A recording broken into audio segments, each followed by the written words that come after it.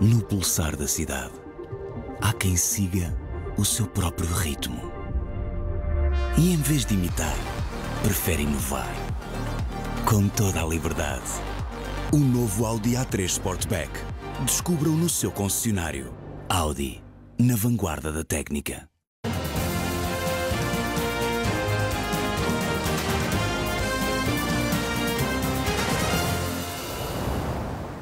Boa tarde e começa agora todas as tardes às 6. O NAU está hoje a fazer uma operação especial de informação naquele que é o dia do 10º aniversário da resolução do BES. Ao longo de toda a tarde aqui no NAU temos estado a ouvir e vamos ouvir ainda mais relatos de várias pessoas que foram lesadas neste processo, além de análises ao caso. A defesa de Ricardo Salgado está a negociar o pagamento de indemnizações às vítimas do processo BES. Em causa estão acordos extrajudiciais com os próprios lesados que podem chegar aos 600 milhões de euros. A última palavra é sempre do juiz, que tem este caso em mãos, uma vez que os bens do antigo baqueiro estão todos arrestados. Seguimos agora para a restante informação sobre este caso. Vários lesados confirmaram ao NAU que, para além do ex-presidente do BES, há contactos com outros 6 arguidos, entre eles Amílcar Moraes Pires, ex-braço direito de Salgado. As negociações envolvem Nuno da Silva Vieira, que representa 1.900 lesados com estatuto de vítima no processo, e também Francisco Proença de Carvalho, que defende Ricardo Salgado. Ambos optaram por se remeter ao silêncio no processo. Cada uma das 1.900 vítimas pede cerca de 300 mil euros de indemnização por danos morais e também patrimoniais. Feitas as contas, falamos de quase 600 milhões de euros. Tendo em conta que os bens dos arguidos estão arrestados, um eventual acordo entre as vítimas e os arguidos só poderia ter como objeto esses bens. O Ministério Público ficará numa posição de aceitação ou não destes acordos. Faz hoje uma década desde a resolução do Banco Espírito Santo, um evento que marcou profundamente a história financeira de Portugal e afetou a vida de muitas pessoas. A jornalista Ana Inês Batista esteve com Jorge Novo, um dos quase 2.000 lesados do BES, e conta-nos agora como este tem vivido estes últimos 10 anos desde o colapso do banco. Vamos ouvir. 10 anos depois, que existem aconteceu? 258 lesados do papel comercial de que assinaram o acordo, mas não receberam os 75% das indemnizações parciais. Existem também outros 20 a 25 que não assinaram qualquer acordo, que é o caso de Jorge Novo, é um dos lesados do BES, e Jorge, tenho que lhe perguntar como é que têm sido estes 10 anos desde a queda do Banco Espírito Santo. Bem, tem sido constantemente em luta, temos andado constantemente em reuniões nos grupos parlamentares e Presidência da República a denunciar toda esta situação de uma solução que foi feita sem conhecimento dos lesados e de opinião. Portanto, a minha reclamação é mais sobre isso, sobre uma solução, porque eu não fui consultada nada. Precisamente, está aqui em luta pelo facto de sentir que não foi ouvido? Exatamente, porque não foi ouvido. Portanto, eu e todos os meus colegas têm que ser ouvidos. Para isso é que se formou uma associação, e essa associação teria de ser feita uma Assembleia Geral extraordinária para discutirmos o assunto para uma provável solução. Essa solução, com certeza, queria ser estudada e desenhada no grupo de trabalho, liderado por Sr. Diogo Lacerda Machado, não é verdade? E, portanto, aí depois a gente optava, ou aceitava ou não aceitava. Não, senhora, impuseram uma solução. Eu não admito isso. Foi por isso que escolheu não assinar qualquer acordo? Exatamente, não aceito. E pretendo aquilo que eu depositei no banco, os 100%, porque o meu dinheiro não é metades, é inteiras. Eu depositei 100%, é isso que eu pretendo. Tudo que me é devido. Ponto final. Muito obrigada, Jorge. Aqui as palavras de um lesado que não aceitou assinar qualquer acordo. Dá-nos precisamente conta de que quer ser ressarcido a 100% das poupanças que investiu no Banco Espírito Santo. Isto numa altura em que se marcam esses 10 anos desde a queda deste banco. Luís Miguel Henrique, ex-advogado do caso BES, esteve no NAU e fez um retrato da difícil situação que muitos dos lesados do Banco Espírito Santo passaram. Para Luís Miguel Henrique, dificilmente serão desenhados acordos que permitam a recuperação total do dinheiro. No processo houve coisas boas e coisas não tão boas. Algumas das coisas boas foram as pessoas que eu conhecia, algumas das pessoas com que trabalhei. Alguns são lesados. Um em particular foi o meu colega, o Dr. Nuno Silva Vieira, que não conhecia. que ainda hoje, portanto, na altura nós dividimos o trabalho, ele ficou com a parte contenciosa, eu fiquei com a parte negocial, ele continuou esta via sacra para tentar ajudar as pessoas a ressarcir. Espero muito que seja bem sucedido. Ele tem fé, e agora eu não conheço o processo, sei que ele tem muita fé, sei que ele continua de forma resiliente a trabalhar em todo este processo e aparentemente, e eu digo aparentemente porque sei de algumas movimentações, há pelo menos uma pequena esperança ao fundo do túnel. Não acredito que seja uma recuperação total, não acredito que seja sequer uma recuperação parecida com outros grupos de credores. E estes lesados terão consciência disso? Eu não espero que tenham, porque é muito mais importante do que isto, e acredito que sim, porque pelo menos das conversas que eu sempre tive, por exemplo, eu fui muito acusado em algum momento de ser brutalmente honesto, mas eu não conseguia, eu sabia que havia grupos de pessoas que não era possível desenhar acordos políticos com as autoridades financeiras e governamentais. E muitas das vezes, às vezes é mais fácil dizer algo que não se vai realizar, mas que a pessoa é o que quer ouvir e não aquilo que necessita de ouvir. E as pessoas que necessitam de ouvir acredito que haja uma esperança ao fundo do túnel, percebo que, nomeadamente, há um conjunto de procedimentos que estão a ser levados a cabo daquilo que leio à distância, parece-me que podem ter sucesso. Nada é garantido e nada que aconteça com sucesso será suficiente para recuperar a totalidade do dinheiro e muito menos os danos morais que já foram causados a estas pessoas. O diretor adjunto da revista Sábado, António José Vilela, declarou ao NAU que não se sabe a quantia do património financeiro do BES ou do GES e não compreende como é que vão ser indenizados os investidores até ao julgamento. Onde é que está o património financeiro do BES ou do GES ou destas pessoas para poder ressarcir um conjunto de investidores do BES e do GES? Onde é que ele está? O património que existe é um património que ainda nem sequer está contabilizado, ou seja, não se sabe muito bem quanto é que é. Sabe-se que poderá rondar os 300 ou 400 milhões de euros.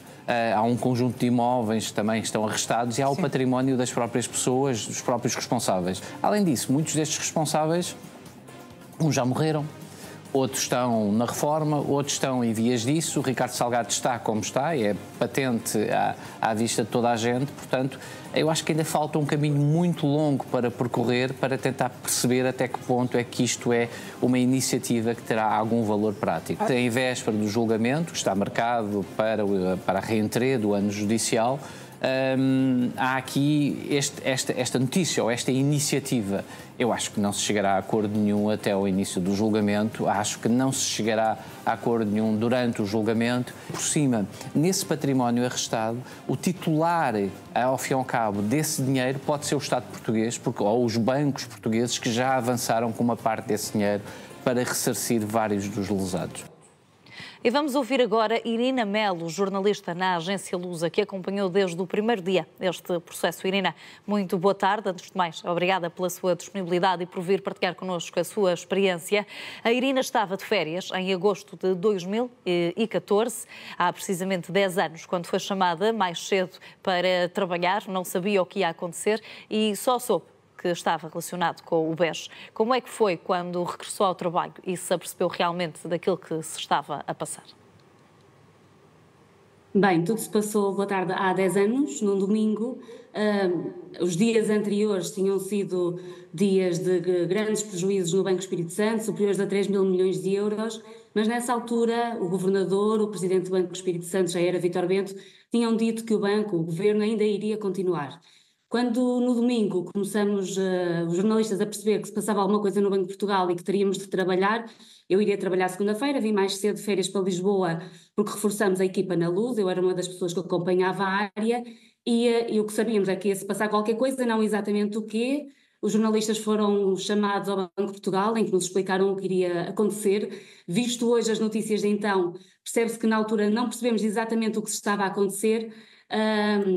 E o governador depois dá uma declaração pública, que foi transmitida pelas televisões perto das 11 da noite, a anunciar a resolução do BES, que era já um banco onde se passavam muitos problemas, mas não se tinha percebido que isso estava em cima da mesa e que poderia acontecer o fim de um banco histórico como o BES. Poucos dias antes falava-se numa reestruturação, novo aumento de capital, mas não uma resolução, um final do BES, como aconteceu nesse dia, e que é criado um novo banco, para onde passam os depositantes, para onde passam alguns ativos, na altura tidos sobretudo como não problemáticos, depois veio-se a confirmar que muitos eram problemáticos, e que nesse dia basicamente acabou o BES e acabou o Grupo Espírito Santo, como até então se conhecia, que já vinha cheio de problemas, e pronto, e começou 10 anos de se perceber, ao longo dos últimos 10 anos é que se foi percebendo exatamente o que aconteceu, porque muitas das coisas que nós contamos hoje só se percebeu mais tarde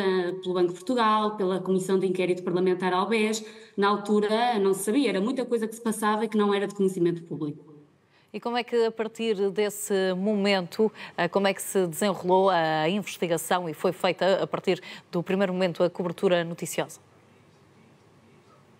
A cobertura noticiosa desse domingo é feita sobretudo com base no que diz o Banco de Portugal, no que explica aos jornalistas, nos comunicados que são feitos, também do Primeiro-Ministro Passos Coelho, e a partir daí então começa-se a puxar o fio à meada e depois a investigação é mediática, mas também é política. É a Comissão Parlamentar do BES que vem pôr esta gente toda a falar em público do que tinha acontecido e perceber-se de que os problemas em empresas financeiras do BES, empresas do BES, do grupo do BES, desculpem, que já se conheciam, de que já os jornais tinham falado, desde logo o Expresso e outros jornais, quão grave eram esses problemas, como é que aquilo que se dizia, que era a tese do Banco de Portugal, que a parte não financeira, as empresas do Grupo Espírito Santo, não iria contaminar o BES, estava super contaminado o BES, e que houve uma altura que as autoridades, os reguladores já não sabiam o que fazer, não perspectivavam que algum aumento de capital por privados pudesse ser feito, uma intervenção pública era muito difícil, o governo da altura não estava disponível para isso, e houve ali um momento que era a resolução ou a liquidação, e resolveram ir pela resolução para, pelo menos, proteger depositantes e alguns credores. Pronto, e a investigação durou 10 anos, ainda hoje, eu agora estive a fazer o trabalho sobre os 10 anos do BES, e é quase arqueologia jornalística, porque vamos ver o que escrevemos na altura, à luz do que sei hoje, há coisas que escrevo na altura que me parecem muito inocentes, e ao mesmo tempo, por exemplo, que escrevi na altura que eram já Irina, muito consegue dar um caso, consegue exemplificar? Não sei se consigo. Eu vejo hoje comunicados do Banco de Portugal que escrevi na altura, que já dizia lá tanta coisa, e eu naquele momento, quando os escrevi, não tive percepção de tudo o que já estavam a dizer. É difícil, agora não sei dizer, livros também que foram publicados, houve muitos livros feitos sobre a resolução do BES, que também são muito importantes de se ler, de Luís Rosa, da Sílvia Caneco, de jornalistas do Jornal de Negócios, então, que também se percebe. Eu gosto muito de um livro que é as gravações do que se passava no Conselho Superior do Grupo Espírito Santo, porque se ouve e lê-se e depois as pessoas a falarem umas com as outras, Ricardo Salgado, Ricciardi, o comandante Ricciardi, pessoas que nós na altura falávamos com eles alguns, mas não conhecíamos as conversas privadas. E hoje, ao ouvir, percebe-se que já estavam com muitos problemas há muitos meses, que as zangas já eram de há muitos meses, as desconfianças que tinham uns dos outros, os golpes de Estado quase que iam havendo, não é? E isso só sabemos agora, e é um trabalho que irá continuar a ser feito durante muitos anos. Agora vem aí o julgamento do processo crime e muita coisa também será ainda descoberta, de se perceber como é que se chegou à falência de um banco histórico e de um grupo que era muito poderoso na economia portuguesa e com relações internacionais, ao nível da alta finança. Ainda há pouco estava a falar do mediatismo que este caso acabou por tomar, e realmente foi um caso bastante mediático, principalmente devido aos lesados. Conseguimos ver agora estas imagens, havia claramente, e ainda há hoje em dia, uma revolta por parte dos lesados. Já passou uma década e continuamos com este caso bem presente nas nossas memórias. Que relação é que os mídia acabaram também por criar com estas vítimas?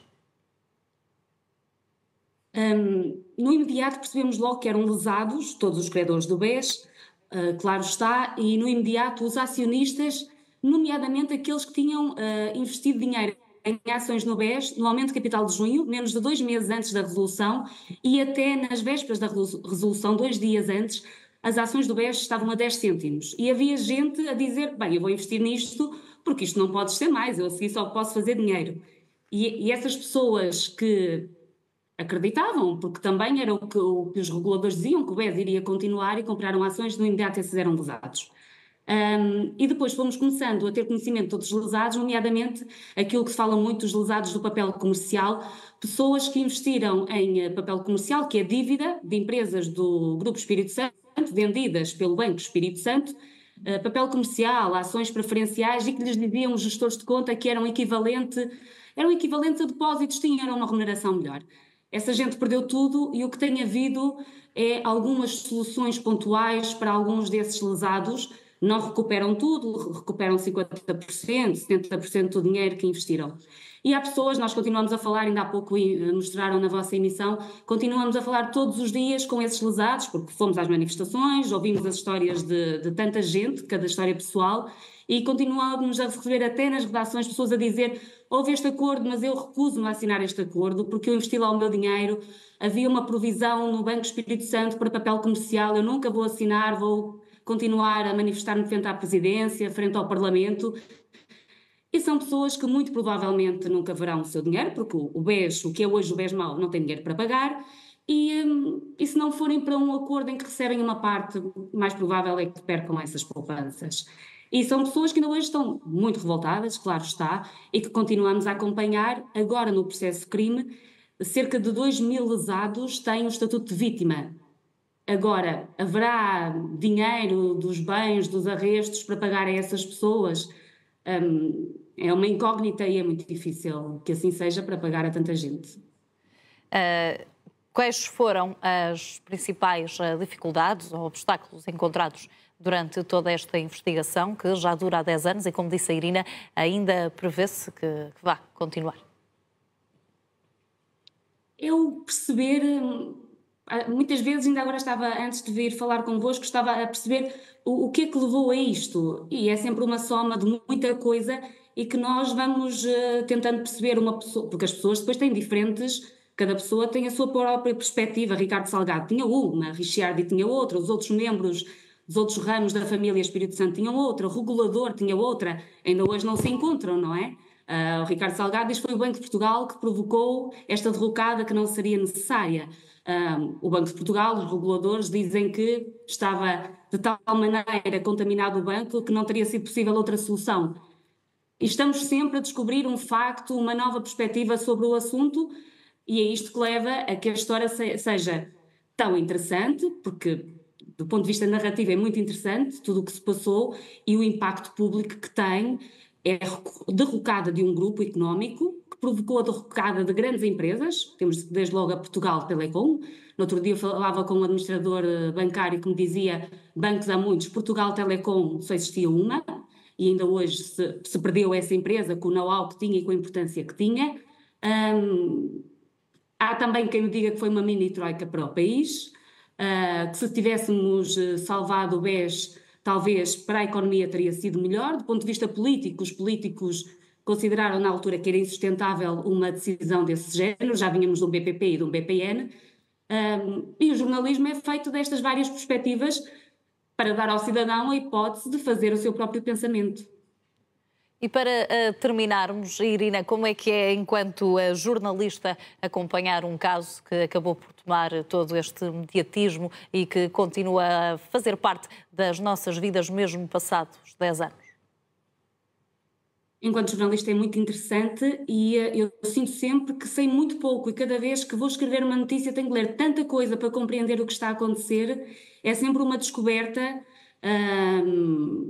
E é muito interessante acompanhar isto. Eu recordo-me quando comecei, apanhei um bocadinho perdido o caso BPP, comecei a fazer banca e o caso BPP já ia mais a meio, e este caso acompanhei desde o início, e isso dá-me a solidez disso, e ao mesmo tempo saber que sei muito pouco. E depois isto é um ecossistema jornalístico em que nos ajudamos uns aos outros, porque falamos uns com os outros, nos lemos uns aos outros, falamos com fontes do meio, políticos, do setor financeiro. Enquanto jornalista é muito interessante. Para o país tem um peso que é quase incomensurável. Exato, e é um peso que continuamos a carregar até aos dias de hoje. Muito obrigada, Irina. É certamente este um evento que que marcou a história financeira de Portugal, e o certo é que é importante continuar-se a dar voz às vítimas. Muito obrigada pela participação aqui no Todas as Tardes. Os constrangimentos de saúde vão continuar este fim de semana, com acesso aos cuidados de saúde condicionado pelo encerramento de 11 serviços de urgência hoje e 13 amanhã. A área da Grande Lisboa é a mais afetada. Vamos agora ver a reportagem do jornalista Carlos Carvalhosa, que esteve junto ao Hospital de Santa Maria, onde amanhã também a urgência de obstetrícia vai estar encerrada. É mais um fim de semana de constrangimentos para todas as grávidas aqui em Portugal. Isto porque neste fim de semana estão fechadas 8 urgências de ginecologia e obstetrícia. 6 delas são na região de Lisboa e Val do Tejo, entre as quais está o Hospital de Santa Maria, São Bernardo, Garcia de Horta, Fernando da Fonseca, Beatriz Ângelo e São Francisco Xavier. As outras 2 unidades de saúde que estão encerradas é em Leiria e Portimão. Ora, é um fim de semana que se avizinha complicado para todas as utentes e para todas as pessoas grávidas, porque não sabem agora onde se têm que deslocar. É a dúvida que paira no ar e a DGS já respondeu, já emitiu esse parecer e recomenda que todas as grávidas, antes de fazerem qualquer deslocação que seja para uma unidade hospitalar, que façam um primeiro contacto com a linha SNS Grávida para receberem essas instruções e saberem onde têm de ir para receberem esses cuidados médicos. Em Leiria também os partos programados, isto é outra das situações que está a causar vários constrangimentos. Os partos que estavam programados para este fim de semana vão ser deslocados, vão ser feitos numa unidade local de saúde do Porto, isto porque não há médicos, estão de férias, os enfermeiros também e toda a equipa médica que faz e presta estes cuidados está de férias e, portanto, não há como colmatar isto, porque é um período de verão, é um período muito crítico na saúde e os médicos também não prescindem de ir de férias e não fazem essa espécie de atraso para dar resposta a estes constrangimentos. Dizia eu há pouco que em Leiria as grávidas vão fazer essas deslocações para o Porto para que possam ter um parto. Isto são quase 200 km de distância que as grávidas vão ter de percorrer para fazer então esse parto. Dizia eu então para recordar que estão 8 urgências de ginecologia e obstetrícia fechadas, 6 delas aqui na região de Lisboa e Val do Tejo. Também a jornalista Joana Ricardo Silva esteve no Hospital Beatriz Ângelo, em Louros, onde as urgências de obstetrícia, ginecologia e pediatria estão encerradas. Vários constrangimentos numa altura em que várias unidades hospitalares estão completamente fechadas aos utentes, completamente fechadas ao público, um pouco de norte a sul do país. E aqui no Hospital Beatriz Ângelo, em Louros, o cenário é completamente igual ao restante país, isto porque há 3 especialidades, há 3 urgências completamente fechadas. Falamos aqui dos serviços de obstetrícia, de pediatria e também de ginecologia, que estão fechados aos utentes e por isso há vários constrangimentos, isto porque são várias as pessoas que se deslocam para receber cuidados médicos e acabam por se deparar com as portas completamente encerradas e por isso não conseguem receber os cuidados médicos necessários e acabam mesmo por tentar procurar outra solução. Mas tivemos mesmo a oportunidade de ver na porta exterior da urgência pediátrica um papel que diz que de facto a urgência está encerrada nestes dias, neste fim de semana de caos nas urgências e que inclusive só funciona nos dias úteis, hora de segunda a quinta-feira. Mas de facto são vários os constrangimentos. A zona urbana de Lisboa é a área mais afetada, isto porque são 9 as unidades hospitalares completamente encerradas e por isso de facto há muitos constrangimentos, um fim de semana marcado pelo caos nas urgências de norte a sul do país. Um incêndio num apartamento em Carcavelos deixou a casa inabitável e um casal acabou por ficar desalojado. As chamas terão começado num quarto. A assoalhada ficou totalmente destruída, como mostram as imagens. O fumo que se formou era muito intenso e espalhou-se por toda a habitação. O fogo deflagrou ao final da tarde de ontem no primeiro andar de um edifício de 3 pisos. Quando os bombeiros chegaram, o prédio já tinha sido evacuado.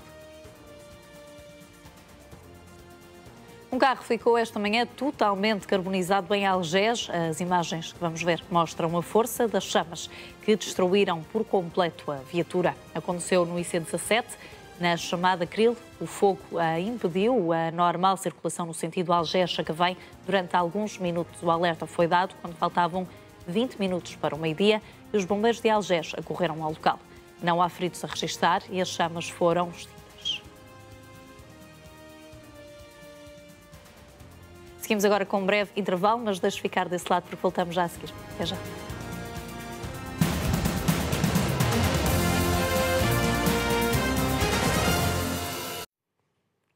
Muito boa tarde e retomamos todas as tardes a olhar para o Médio Oriente. Cerca de 10 palestinianos morreram vítimas de um bombardeamento israelita a uma escola a norte da faixa de Gaza. Aconteceu na tarde deste sábado. Pelo menos 3 bombas foram lançadas na escola que servia de abrigo para os palestinianos que estão deslocados.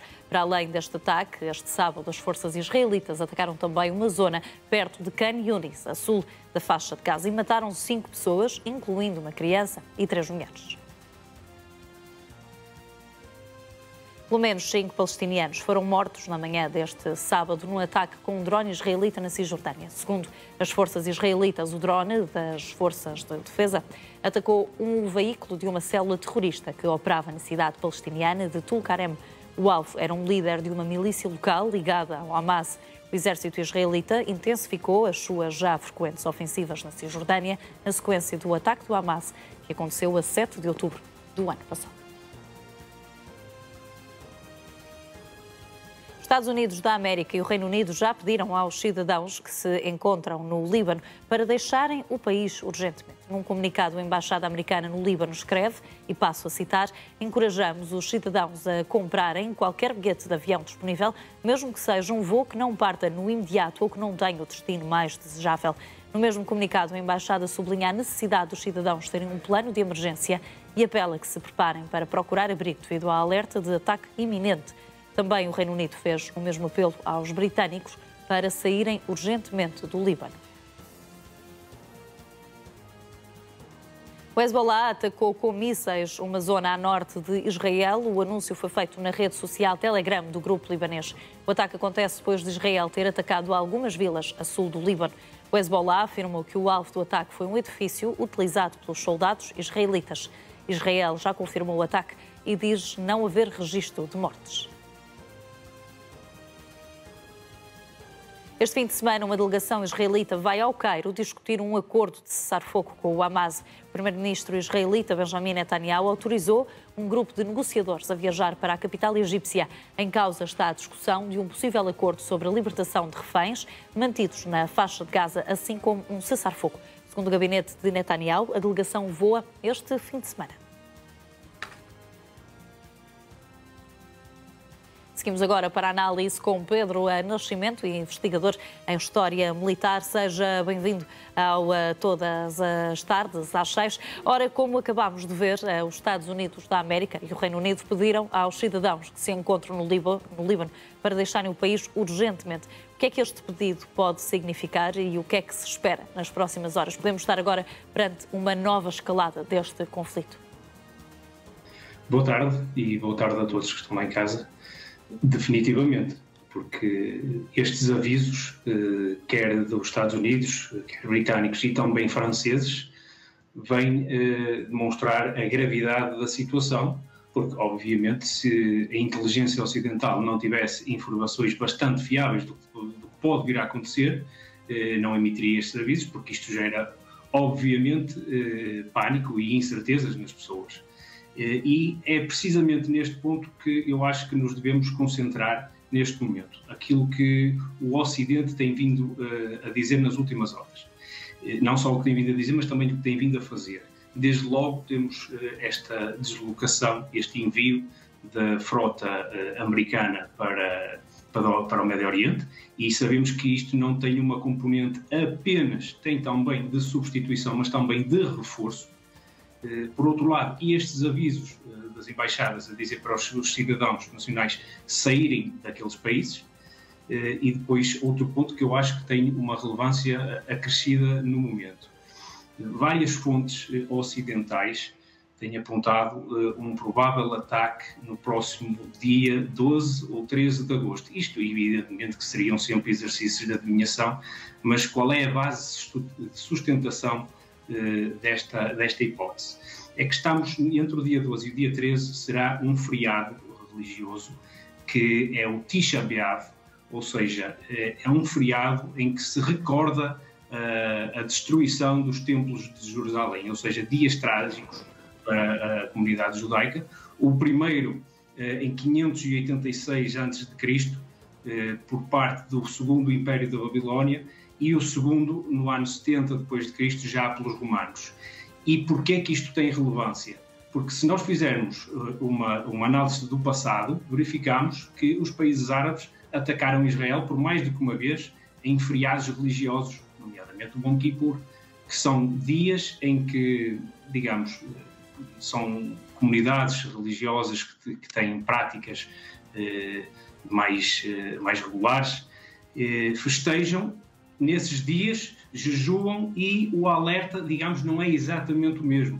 E, portanto, os países árabes escolhem esses dias para fazer isto. Apesar disso, creio que Israel está mais do que avisado e preparado para poder surgir um ataque, quer seja neste dia, quer seja no outro dia. Falamos nos Estados Unidos. Pergunto-lhe se as mensagens de Washington não têm sido contraditórias até agora. Se, por um lado, condenam publicamente os ataques de Israel, por outro, continuam a dar apoio. Washington vai estar sempre limitado, digamos, por as eleições que vão ocorrer agora este ano. E, portanto, isso condiciona, obviamente, o discurso. Porque, como eu já disse aqui, no decorrer desta semana, não tenho dúvidas de que não há um conflito tão grande, uma divergência tão grande entre democratas e republicanos na questão do Médio Oriente como há em relação à Ucrânia, por exemplo. Aliás, a comunidade judaica também tem uma grande influência nos Estados Unidos e, portanto, essas contradições, digamos, estão muito mais relacionadas, na minha opinião, com a componente política e das eleições que aí vêm, do que propriamente com a estratégia dos Estados Unidos. Mas uma vez que foca esse ponto, e porque também hoje trouxe 2 mapas que a redação fez o favor, que fará o favor de publicar, eu gostava de fazer aqui este ponto de situação relativamente à questão dos Estados Unidos. Desde logo pela questão que me colocou, para não pensarmos, ou para as pessoas tirarem as suas conclusões relativamente ao interesse que os Estados Unidos têm naquela zona, e por isso eu pedia o favor, se fosse possível, de mostrarem desde logo o mapa A, que será o mapa dos proxies do Irão. E já estamos a pedir à nossa produção para passar os mapas desde do logo, Pedro Nascimento. temos aqui os mapas, o Irão e os seus proxies. Nós conseguimos perceber, e eu também já falei aqui, da tal estratégia do Ring of Fires. Se repararmos ali à volta de Israel, temos um círculo, precisamente para percebermos que há ali um anel de fogo em volta de Israel. Ou seja, nós temos, por um lado, o Irão e Israel, que são, digamos, atores principais. Depois temos as milícias que são apoiadas pelo Irão, quer no Iraque, quer na Síria. No Líbano, temos no sul do Líbano a operar o Hezbollah. Depois temos as forças do Hamas, essencialmente na faixa de Gaza e na Cisjordânia, vários combatentes palestinianos. E depois temos muito mais a sul, no Iémen, os Houthis. Ou seja, se olharmos para este mapa, percebemos que Israel está rodeado de inimigos. O principal inimigo, o Irão, e os seus proxies, como eu tive a oportunidade de referir. Mas, por outro lado, e na sequência daquilo que falou relativamente aos Estados Unidos, e nós temos que perceber não só os Estados Unidos, mas também outros países ocidentais, nomeadamente o Reino Unido, tem tropas ali estacionadas, mas gostava agora que mostrassem o outro mapa para percebermos que, se por um lado Israel está completamente rodeado por estes quer países, quer milícias, que são seus inimigos, a verdade é que Israel, para além da capacidade tecnológica e militar que tem, conta com um apoio muito forte por parte dos seus aliados, e o principal aliado, que é os Estados Unidos. E Por isso mesmo, quando tivermos a oportunidade de ver o mapa, vamos perceber que a presença dos Estados Unidos naquela zona é fortíssima. Aí está. Nós temos, por exemplo, aqui no Iraque e na Síria, se repararmos no mapa, a cor do Iraque, temos a base de Ain al-Assad, por exemplo, mas também temos Erbil, são mais de 5 mil tropas americanas que estão ali estacionadas. No Qatar temos a base aérea de Al-Udeid, temos no Emirados Árabes Unidos uma presença considerável de americanos. A Arábia Saudita, como sabemos, tem estreitas relações com os Estados Unidos. Na Jordânia temos a Tower 22, que no início deste ano ficou conhecida por um ataque de drones que foi lá efetuado. Na Síria, ou seja, os Estados Unidos também têm uma presença ali muito forte. E quando se fala desta questão da frota se ter sido enviada agora para lá, não é apenas esta frota americana que está lá para defender os interesses americanos e Israel. Ou seja, já temos aqui uma quantidade de tropas e logística militar muito, muito considerável. Além disso, eu gostava de fazer também aqui uma referência que penso que é muito importante relativamente às ações do Irão e àquilo que pode suceder. Como disse, vamos estar sempre aqui em exercício de adivinhação. Mas acho que é uma grande falha da parte do Ocidente, que tem centrado as sanções no Irão relativamente a fornecedores de drones. E por isso, se o Ocidente se centrar não só nos fornecedores de drones, mas também de componentes que são entregues regularmente a todos estes proxies do Irão, poderia, obviamente, limitar essa capacidade desses proxies. É um pouco difícil de perceber, não obstante essa questão dos drones também está ligada à guerra da Ucrânia, como é que há uma limitação tão grande em relação à questão dos drones e depois em relação a outro armamento, isso não existe. Mas o futuro dirá se as coisas continuarão assim ou não. Exatamente, mas vamos agora também olhar para as últimas horas que foram marcadas pela notícia da morte de Ismail Haniyeh, comandante do Hamas. Isto surge num fim de semana em que acontece uma nova negociação de um possível cessar-fogo entre Israel e o Hamas. Que consequências podem estar aqui implícitas? Como disse, é sempre muito difícil nós tirarmos conclusões muito certas, porque a guerra é mesmo assim, e apesar de não estar uma guerra totalmente aberta, é muito difícil nós sabermos exatamente aquilo que vai acontecer. O que nós sabemos, e neste momento sabemos isso, é que todos os proxies do Irão e o Irão estão com essa vontade. E as informações que surgem é que o ataque que surgirá por parte do Irão será um ataque concertado através destes proxies que eu tive a oportunidade de enumerar há pouco. Isso parece-nos mais do que certo. Agora, a envergadura desse ataque é evidente que é impossível nós estarmos a prever, porque aquilo que no meu entendimento, é possível nós prevermos é que, perante estes quadros que eu mostrei, perante esta presença americana no Médio Oriente, o Irão não quererá abrir uma frente de guerra com grande envergadura, ou seja, com a utilização do seu arsenal militar diretamente com Israel. Acho que vai utilizar os seus proxies, vai robustecer e fortalecer os seus proxies para encetar esses ataques. Mas não creio que esteja em condições de querer arrastar os Estados Unidos por uma guerra direta, digamos. Falou também que o Hezbollah deve atacar Israel em profundidade, algo que também já noticiámos aqui, e não se limitar aos alvos militares. O que é que isto também significa? E vemos também aqui um Irão a incentivar o Hezbollah a atacar civis. Diria que a grande diferença é que agora o Irão não se exime de fazer isso publicamente, porque desde o 7 de outubro e muito antes o Irão sempre incentivou, sempre armou, sempre treinou estas milícias. Agora não tem esse problema de dizer abertamente para o fazer. E, aliás, o Hezbollah, nos últimos dias, tem recuado os seus, digamos, centros de comando, prevendo que Israel poderia aniquilar ou neutralizá-los facilmente.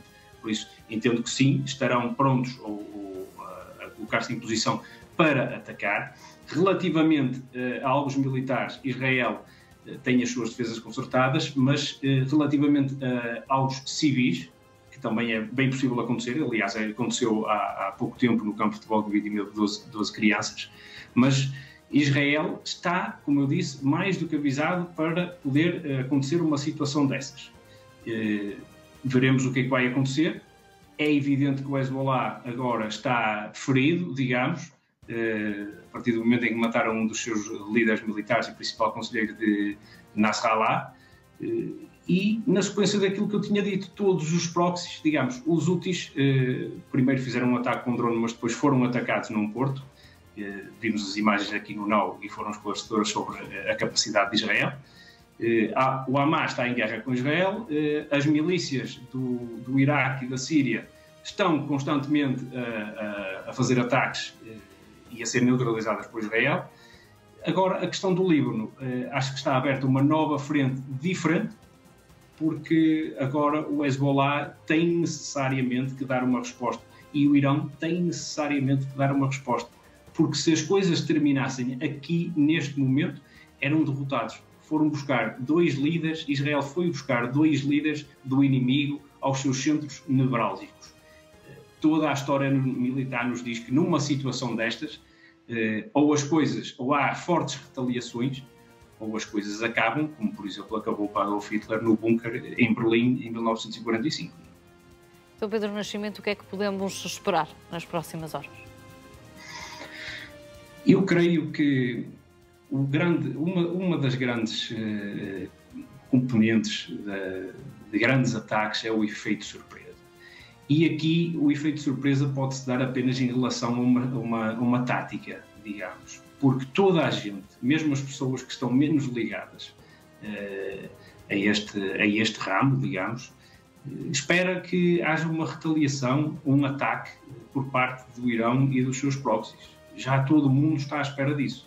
E como comecei por dizer aqui no início desta intervenção, o facto dos Estados Unidos enviarem uma frota para o Médio Oriente, o facto de terem, juntamente com os britânicos e com os franceses, feito estes avisos, é porque terão certamente informações bastante fiáveis de que ocorrerão ataques. E uma coisa que também acho que é importante referirmos, sem uma vez mais estar a tentar fazer um exercício de adivinhação, qual é a grande vantagem, e também olhando para aí para o mapa, de vários proxies estarem a circundar Israel, é que podem encetar um ataque para tentar, digamos, o Iron Dome, sabemos que tem uma eficácia tremenda, mas se tentarem suturar essas defesas, e eu penso que será muito por aí a estratégia dos proxies, poderão ter mais eficácia do que tiveram no passado.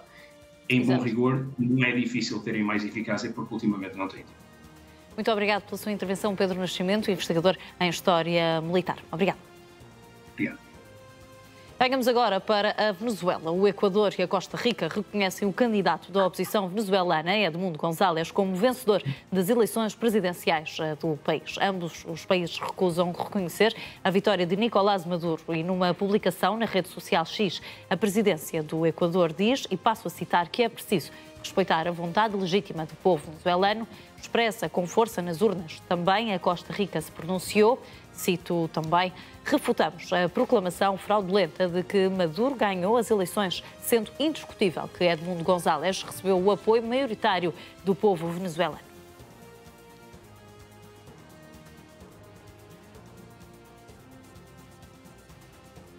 O presidente da Venezuela, Nicolás Maduro, alertou para as consequências no caso do candidato presidencial da oposição, Edmundo González, apresentar ao Supremo Tribunal de Justiça venezuelano os resultados da votação da oposição. Y que si él da la cara ante el tribunal y no consigna ni un acta, hay consecuencias legales gravísimas. Pero Fabiola, si él va al tribunal y consigna el mamarracho de la página web, tampoco tiene traducción mamarracho, el bodrio, el desastre, traduzcan la palabra que se pueda, mamarracho, bodrio o desastre, María, que tienen en la página web, ese señor y los abogados que lo acompañen y los dirigentes políticos y los partidos políticos un nuevo tiempo. Y Mut Cartaya, si ustedes consignan el mamarracho que tienen, tendrán consecuencias legales ineludibles, porque sería falsear a la ley, falsear a un tribunal. Olhamos agora para as manifestações que estão a acontecer em Caracas. Vamos já ver que são centenas os manifestantes que saem à rua. São imagens que estão a chegar em direto da Reuters. Estamos agora a ver as manifestações até ao momento e, contrariamente aos dias dias anteriores, estão muito mais calmas estes protestos, mas a verdade é que centenas de manifestantes já se encontram pelas ruas de Caracas. Este é um caso, uma situação que vamos continuar a acompanhar.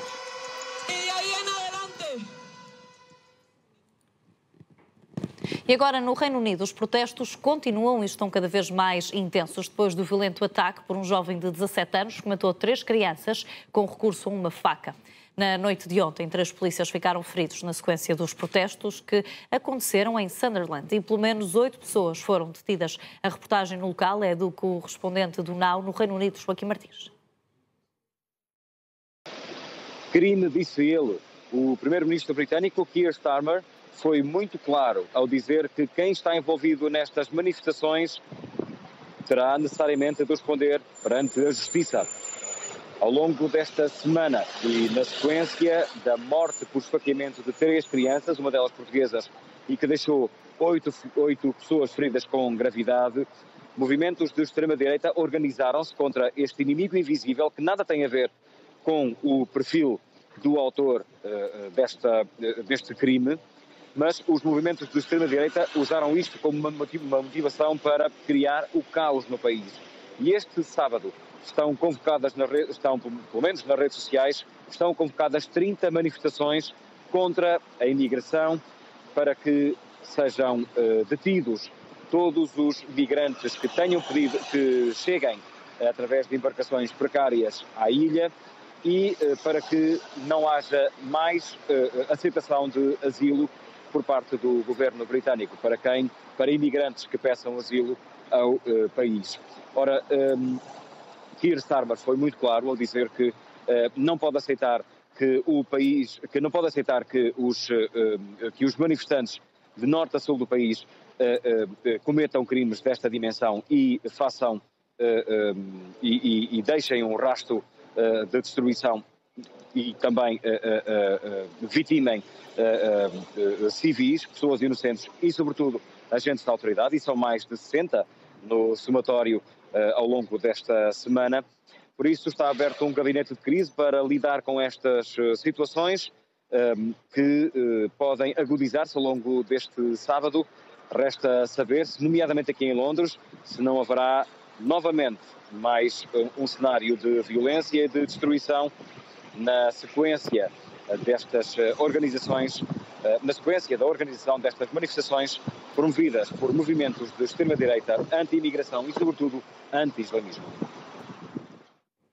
Na Madeira, a terra natal dos pais de Alice, que é uma das vítimas do esfaqueamento que aconteceu no Reino Unido, esta semana está de luto. O canal Now esteve na missa em honra da menina de 9 anos que perdeu a vida no ataque. Vamos agora ver a reportagem do João Fernandes em direto da Madeira. É este o momento da homenagem vivida aqui na Igreja da Quinta Grande, após uma missa. Agora sim, o largar de muitos balões brancos e também o nome da pequena Alice em letras amarelas. Muitas palmas, são centenas de pessoas que se juntaram aqui na Igreja da Quinta Grande para uma homenagem à Alice Aguiar, que acabou por perder a vida, fazendo aquilo que mais gostava, dançar. Hoje o sentimento é de muita dor, muita tristeza, mas a Quinta Grande, com muitas pessoas presentes na igreja, a igreja levava cerca de 300 pessoas e muita gente fora, acabaram por fazer uma homenagem vestidos de branco, com balões brancos que foram largados agora após uma missa que o padre Pedro Nóbrega deu dentro da igreja do Campanário. Muitas crianças a dizer adeus aos balões, muitas crianças que algumas delas conviveram com a pequena Alice Aguiar, que a última vez que esteve aqui na Madeira foi há 2 anos e acabou por encontrar a morte fazendo aquilo que gostava, dançar. Reportagem do João Fernandes na Madeira. António Costa gravou mais um episódio do novo programa do Now. Nesta vez, o ex-primeiro-ministro esteve à conversa com Mário Centeno, ex-ministro das Finanças e atual governador do Banco de Portugal. Vamos ver. Já foi apelidado de Cristiano Ronaldo das Finanças. Mário Centeno é o convidado de António Costa para uma conversa sobre economia. Tema complexo que tem de ser desconstruído pelos políticos, mesmo que com visões diferentes. As dimensões de política económica são essenciais para o desenvolvimento dos países, para o crescimento das pessoas, nas suas carreiras e, portanto, é sempre sujeito a um certo debate, mas esse debate, quer na política monetária, quer na política orçamental, as políticas económicas em geral, são úteis. Os dois partilham a experiência governativa e a economia é algo que diz respeito a todos, todos os dias. Cada vez que nós saímos de casa, a economia começa a envolver-nos e nós agimos sobre a economia. E eu acho que é importante, nesta fase em que se vai começar a discutir agora o Orçamento de Estado, podemos ter um panorama geral. Todos nós, a nossa economia, no fundo, é aquilo que nós temos na carteira ou aquilo que temos na conta do banco. Porque a economia e a vida das pessoas interligam-se. Aliás, a economia tem como definição precisamente como é que nós afetamos diferentes usos, recursos que são sempre escassos. O problema é que muitas vezes a realidade é de difícil compreensão, porque as causas nem sempre estão perto de nós. O aumento dos preços veio tornar tudo mais difícil para as famílias e isso dói. O período mais difícil, claramente, foram estes últimos anos de inflação, porque as pessoas compreendiam, mas tinham que pagar a conta na caixa de supermercado. E isso aí não há volta a dar, não há compreensão possível sobre as causas profundas da inflação, quando a pessoa tem mesmo que fazer as contas para pagar a conta do supermercado, ou para pagar a conta da casa, ou para pagar o empréstimo ao banco. E, portanto, aí não é um problema de compreensão, é um problema que dói.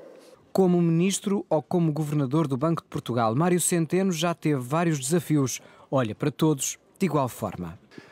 Enfim, a vida de ministro, enfim, de certa maneira também de governador, eu gosto sempre de pôr esta questão de forma mais lata.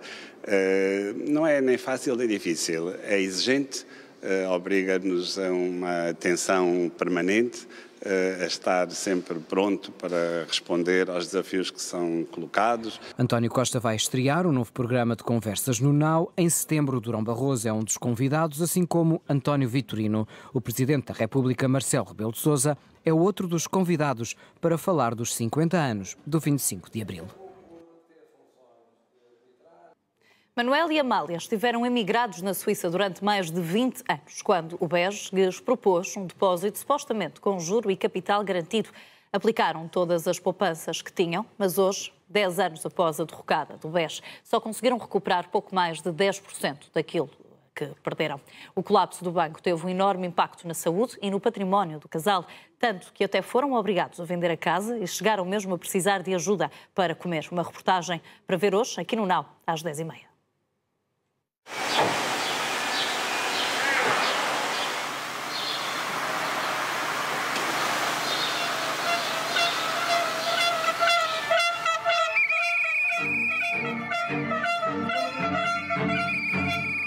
Eu fui roubado e eu sentia vergonha de dar a minha cara fora, de ser reconhecido. Olha, aquele foi roubado. Não me sentia bem. Você não sabe o que é passar fome, gato! Sou desconfiada, não confio em ninguém, eu não era assim, mas isto fez-nos muito mal. Eu quero ter forças para ajudar o meu marido.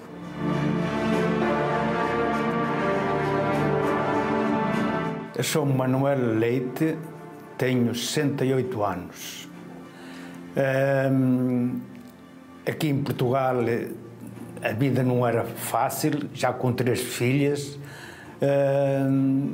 Decidi dar diz a moda, um pulo à Suíça para conseguir uma vida melhor. Que eu trabalhava de noite e dia e o meu marido até ao domingo trabalhava. Para mandar o dinheiro para aqui, todo para aqui, para Portugal. Todas as migalhinhas que eu ganhava era tudo para aqui. Para quê? Para quê? Para ser roubada. Eu disse às minhas filhas, disto daqui, paz, para ataque todos os documentos todos, e se for no vosso tempo, nos vossos filhos, os meus netos. Isto não vou abrir mão. Isto não vou abrir mão daquilo que é meu. É uma coisa que eu não roubei a ninguém. Esta casa não é minha. Teve que a vender. Porquê?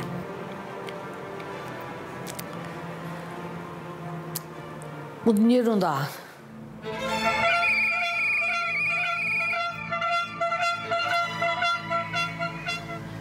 Sou Rosa Gomes, emigrei em 69, ainda hoje continuo na França, porque vou e venho. Há 55 anos, então. Há 55 anos.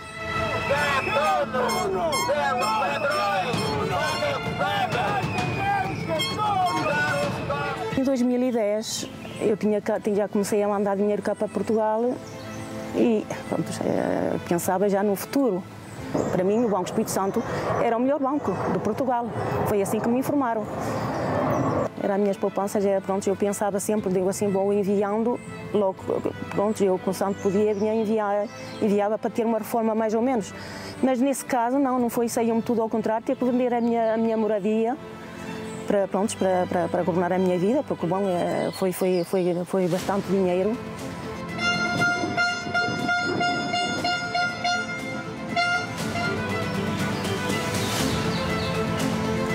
Eu não quero morrer e deixar que estes bandidos façam isso ao meu filho.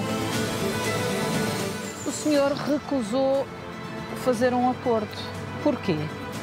Olha, eu recusei porque eu nunca me ia conseguir olhar ao espelho. Porque eu estava a assinar uma burla, uma segunda burla. Porque é que, lesados da mesma maneira, uns podem receber nada, uns não recebem nada, outros recebem 75, outros recebem 50.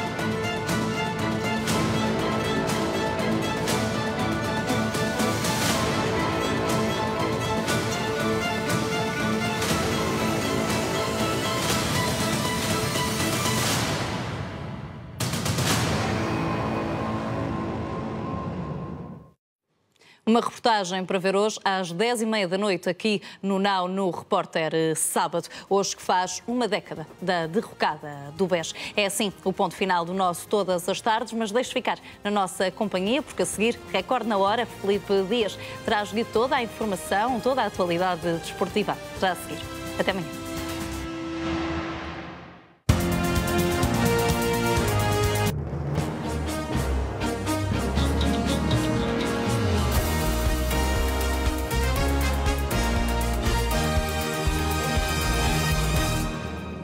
Este programa é patrocinado por ESC Online.